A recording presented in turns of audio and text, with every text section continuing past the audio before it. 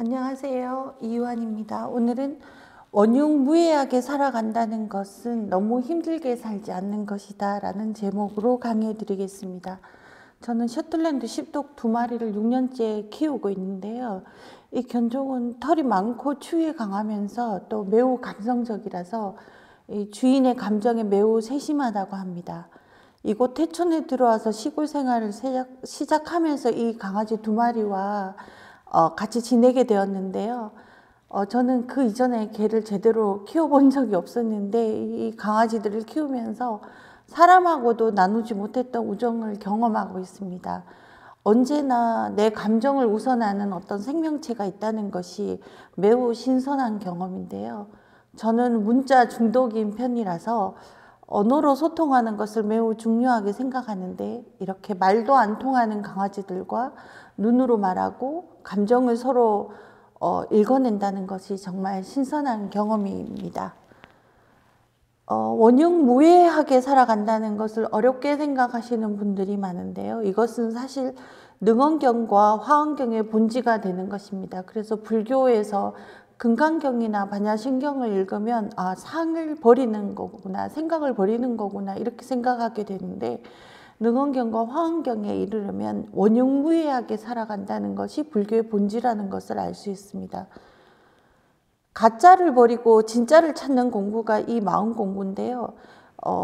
초기에는 우리가 가짜를 진짜로 너무나 착각하고 있기 때문에 가짜를 버리는 데 주의를 좀 집중하게 되는데 이것이 전부가 아니고 실제로는 진짜를 찾는 데 더 중요한 방점이 있습니다.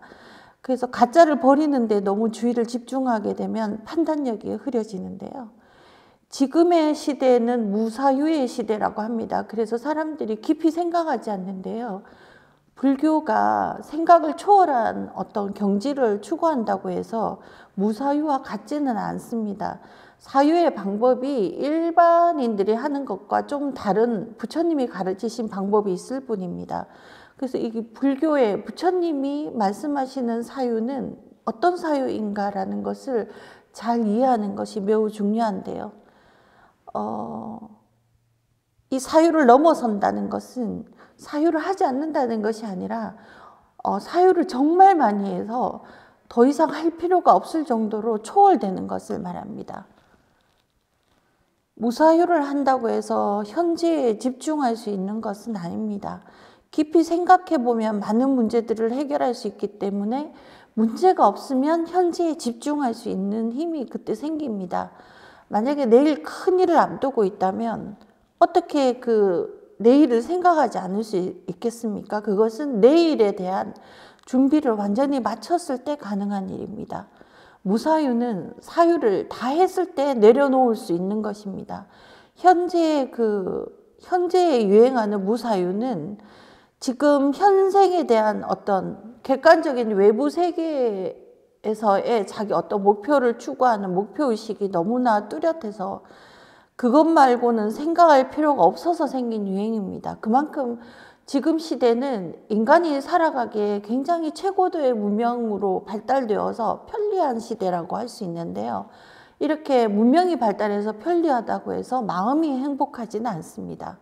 마음은 우리가 마음에 대해서 잘 모르고 있고 마음이 덮여 있다고 보면 됩니다. 객관세계는 사실 존재하지 않습니다. 근데 이 객관세계가 존재하고 있다고 생각해서 온 주의를 집중하면 마치 손으로 허공을 움켜잡는 것과 같아서 결국은 아무것도 손에 남지 않게 되는데요. 그러다가 장애를 만나면 억지를 써서 자기 목표를 이루려고 하는데 이것이 욕심을 부리게 되는 것이고 욕심을 부리게 되면 좀 착한 사람은 자기 몸을 상하게 되고 좀 이기적인 사람은 다른 사람을 괴롭히게 됩니다. 객관세계가 존재하는 것으로 생각하면은 이제 주객이 전도되는 현상이 일어나는데요. 그러니까 조금 힘을 빼고 너무 열심히 살지 않을 필요가 있습니다. 내 몸이 무리가 되어도 열심히 살아가다 보면 남는 것은 병과 죽음밖에 없는데요. 그리고 억울한 감정이 남겠죠. 원흉무예하게 산다는 것은 저 객관세계 뒤에 숨어있는 나의 우주와 같은 마음을 찾는 것입니다. 뭐 바로 손에 잡히지 않더라도 걱정하실 필요가 없습니다. 왜냐하면 있다고 믿으면 있는 것이 되는 것이거든요. 믿음은 눈에 보이지 않는 것을 눈에 보이는 것으로 만드는 마법이 됩니다. 이 세상의 가치들은 모두 눈에 보이지 않는 것들이라서 처음에는 믿음을 가지고 있는 것으로 전제하는 것입니다. 누가 나에게 와서 저쪽 산 너머에 보물이 있다고 한다면 지금 눈에 보이지 않지만 그 말을 믿어야 저 산을 넘어서 그 보물을 찾으러 갈 것입니다. 무주상보시 실천은 우리에게 엄청난 복덕을 가지고 오는데요.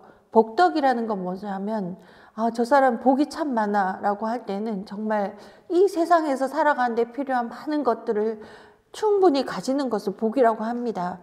그래서 우리가 이 세상을 살아가는 힘의 원천을 바꾸는 것이 바로 무주상보시의 실천인데요. 내가 열심히 살아서 잘 살고 내가 똑똑해서 잘 사는 것 같지만 실제로는 이런 복덕의 힘으로 사는 것입니다. 그래서 우리가 복덕을 짓는 방법을 알아야 잘 살 수가 있습니다. 근데 공덕이라는 것은 이 복덕과는 좀 다른 것이거든요. 이것은 이제 영적인 차원에서의 그 인격의 고향을 이야기하는 것이고 이 세상에서 잘 살고 못 살고 하는 것과는 좀 관계가 없습니다. 그래서 우리는 이 세상에 지금 육신이 살고 있기 때문에 이 세상에서 살아가는 동안에 어떤 문제가 너무 많다면 어떤 영적인 차원에서 우리 마음의 영역에 어떤 고양된 수준을 기대하기가 굉장히 어렵습니다. 그러면 이제 순서가 뒤바뀌게 되는 것이죠. 우리를 살게 하는 힘의 원천이 어디에 있는지 모르고 살아가는 것은 우리가 자동차를 몰 때 기름을 넣어야 하는지 전기를 충전해야 하는지 모르는 것과도 같거든요. 처음에 그 자동차에 누군가 넣어준 기름이나 전기가 바닥나면 차는 서버리죠. 그것을 가지고 죽음이라고 한다면 누구나 죽는다는 것은 망상입니다. 왜냐하면 기름이나 전기를 다시 충전하면 생생하게 다시 돌아다닐 수 있기 때문입니다. 이 무주상보시는 복덕의 힘으로 살아가는 방법을 알려주는 기가 막힌 수행 방법입니다. 그래서 금강경의 최고의 가르침은 바로 이 무주상보시의 가르침입니다. 금강경은 우리가 마음을 공부하는 사람들이 일상에서 살아갈 때 어떻게 하면 불교를 실천할 수 있는가 하는 일상과 관련된 경전이거든요. 그러니까 철학적이기보다는 일상에서 바로 우리가 효능을 볼 수 있는 그런 것을 금강경이 알려주고 있습니다. 그래서 복덕이라는 것이 가장 중요하다고 할 수 있습니다. 근데 복덕이 내가 똑똑해서 내가 열심히 살아서 복덕을 받는다라고 생각하시면 안 되고 무주상보시를 실천함으로 인해서 복덕을 받는다라고 생각하셔야 됩니다. 근데 이 원흉무해하게 산다는 것은 이제 능원경과 화엄경 차원의 이야기인데요. 이 잘 사는 복덕의 힘으로 부유하게 유복하게 잘 사는 정도가 아니라 그 영원히 사용하고도 남을 만큼의 연료를 계속해서 제공받는 그런 방법을 말하는데 마음이 바로 그런 힘의 원천입니다. 그래서 이 마음을 살려서 마음을 쓸 수 있게 만드는 겁니다. 우리가 보통 마음을 쓴다고 얘기하지만 보통은 마음을 쓰기가 굉장히 힘들고 신경을 쓰거나 노동을 하거나 몸을 쓰거나 이렇게 해서 살게 되는데요. 능원경이나 화엄경에서 원흉무해하게 산다는 것은 마음을 사용해서 살아가는 방법을 말합니다. 눈에 보이지 않는다고 해서 마음을 생각하지 않고 살아왔기 때문에 지금까지 그 힘을 사용하지 못하고 있는 것입니다. 그래서 그 마음을 믿으면 마음이 생기기 시작하는 것처럼 보입니다. 그동안 사용하지 못했던 마음의 힘들을 조금씩 사용하게 되는데요. 이 마음이 하는 일은 크게 지혜와 사랑이라고 할 수 있습니다. 사랑과 지혜 말고 인간에게 정말 인간의 품격을 높여주고 인간답게 살 수 있게 하기 위해서 필요한 것이 있을까 싶은데요. 사랑은 항상 존재하는 우리 살아가는 생명의 원천 같은 것인데 이것은 그 객관 세계를 살아가는 마인드로는 함께 갈 수 없는 어떤 순수한 에너지입니다. 지혜는 자비를 베풀 때 필요한 것인데요. 사랑하는 것과 자비를 베푸는 것은 조금 다릅니다. 그래서 자비를 베풀 때는 반드시 지혜가 필요합니다. 이 세상은 항상 문제로 가득 차 있기 때문에 사랑을 바로 베풀기보다는 자비를 베풀어야 할 때가 많습니다. 이 자비는 지혜가 있어야 베풀 수 있습니다. 자식을 사랑한다고 해서 지혜가 없으면 자식을 키워낼 수가 없고, 그때에서 하는 사랑은 진정한 사랑이기보다는 어떤 무조건적인 애착이라고 볼 수 있는데요. 이런 집착들은 큰 문제를 가져옵니다. 이 지혜는 문제 해결 능력을 말하기도 하는데요. 이것이 바로 자비가 이 세상에 나타나는 방식입니다. 이것이 이제 자비와 지혜, 사랑 이런 것들이 마음을 쓰는 방법들입니다. 마음을 비우는 것이 가장 큰 지혜이지만 또 때로는 구체적인 문제 해결이 필요한데요. 우리가 모든 생각을 버리는 것을 마음 공부라고 알고 있다면 매우 헷갈리는 부분이 있습니다. 무엇이 과연 번뇌인지, 그 번뇌를 소멸시켜서 우리의 마음을 찾으면 원흉무해지지만 생각을 애써서 버리려고 하다 보면 삶을 제대로 살아가기가 매우 어렵습니다.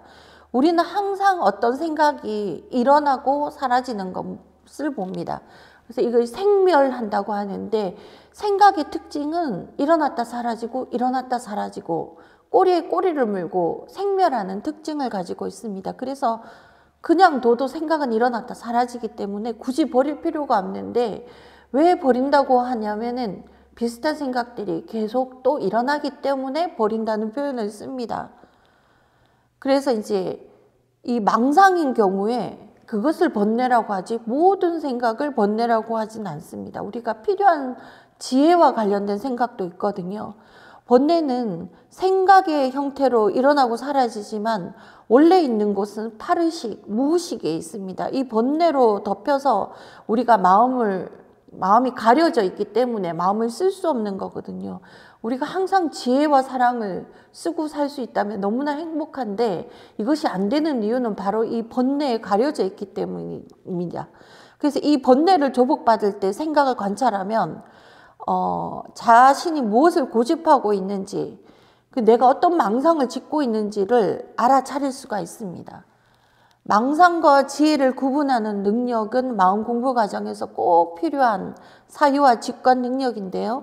처음에는 조금 어렵지만 해 나가다 보면 점점 더 잘하실 수 있게 됩니다. 번뇌가 줄어들면 당연히 지혜가 더 커지고 마음을 점점 더 많이 쓸 수 있습니다.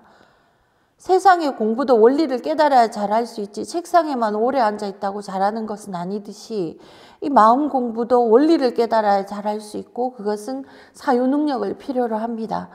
물론 그것만으로는 안 되고 넘어서야 하는 것인데, 그 사유 능력의 정점에 무상정등각이 있다고 볼 수 있습니다.